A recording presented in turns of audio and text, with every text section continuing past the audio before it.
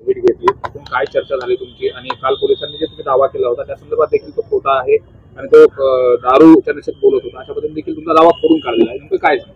नाही, एकतर मी कधी दावा केला नव्हता.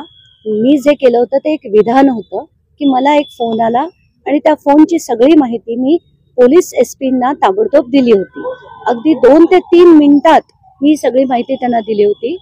त्यामुळे आणि त्याच्या शहनिशा करण्याचे सुद्धा मी त्यांना रिक्वेस्ट केली होती की हे खरं आहे, खोटं आहे, पॉलिटिकली मोटिवेटेड आहे, कोणी ते केलाय फोन मला माहित नाही, त्याची चौकशी करण्यासाठी म्हणून हे त्यांच्याकडे नंबर सकट, कॉल सकट, त्या तो जो व्हॉइस मेसेज होता त्या सकट मी ती माहिती दिली होती. तर एकतर हा दावा नव्हता.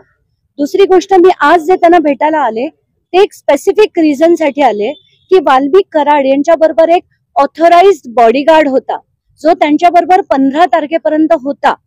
तर तो 15 तारखेला अचानक, म्हणजे तो त्याच्या पुढे त्यांच्या बरोबर होता की नाही, तर त्यांच्याकडनं अशी माहिती मिळते की 15 नंतर त्याला रिकॉल करण्यात आलं. तर ते रिकॉल करण्यात आलं तर ते का करण्यात आलं, म्हणजे तसा अर्ज कोणी केला होता का तुमच्या एसपींनी त्यांना सहजच रिकॉल केलं, याची माहिती मी त्यांच्याकडनं मागितली, जी काही वेळात मिळेल. दुसरं, त्यांना हा जो पर्सनल बॉडीगार्ड होता हा पेड होता का कमिटीने डिसाइड करून दिलेला हा बॉडीगार्ड होता, याची माहिती देखील मी त्यांच्याकडनं मागितली आहे. ती देखील मिळाल्याबरोबर मी माध्यमांना देईन. मात्र एकूण संतोष देशमुख हत्या प्रकरणात देखील तुमची चर्चा झाली असेल, काय त्यांचं म्हणणं आहे, कशा पद्धतीने आताच्या घटकेला त्यांच्याकडनं हा तपास सीआयडी कडे दिल्यामुळे ते त्याच्यावर काहीच बोलू शकणार नाहीयेत.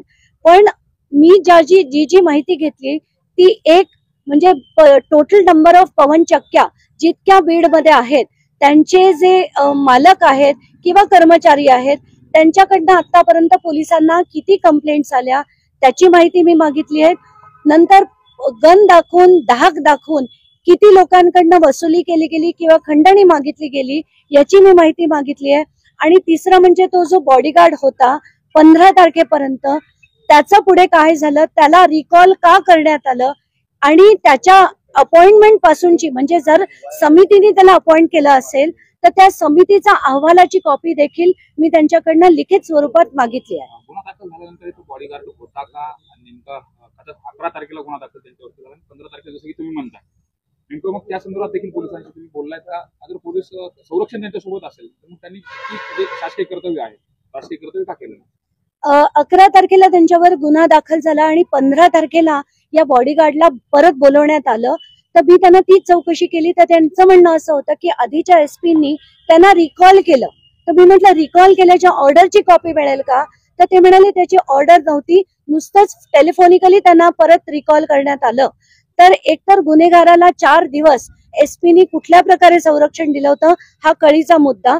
त्यानंतर पहिलं म्हणजे त्यांना जे संरक्षण देण्यात आलं होतं, कारण त्यांच्यावर आपल्याला माहितीये आधी 10 FIR आहेत, गंभीर स्वरूपाचे आहेत, अगदी आर्म्स ऍक्ट पासून सगळे त्यांच्यावर गंभीर गुन्हे असताना अशा व्यक्तीला बॉडीगार्ड देण्यात का आला, शासकीय बॉडीगार्ड देण्यात का आला, तर कमिटीचा रिपोर्ट होता की त्यांनी पेड बॉडीगार्ड घेतला होता, याची माहिती मी त्यांच्याकडनं लिखित स्वरूपात मागितली.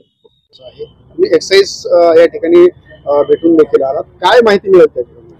एक्साइज डिपार्टमेंट कडनं आम्ही टोटल बार लायसन्सेस जे आहेत, जे देशी दारू आणि इम्पोर्टेड दारूची जेवढी बार्स आहेत त्याची माहिती आम्ही आता एक्साइज डिपार्टमेंट कडनं मागितली आहे आणि ती पण लिखित स्वरूपात मागितली आहे.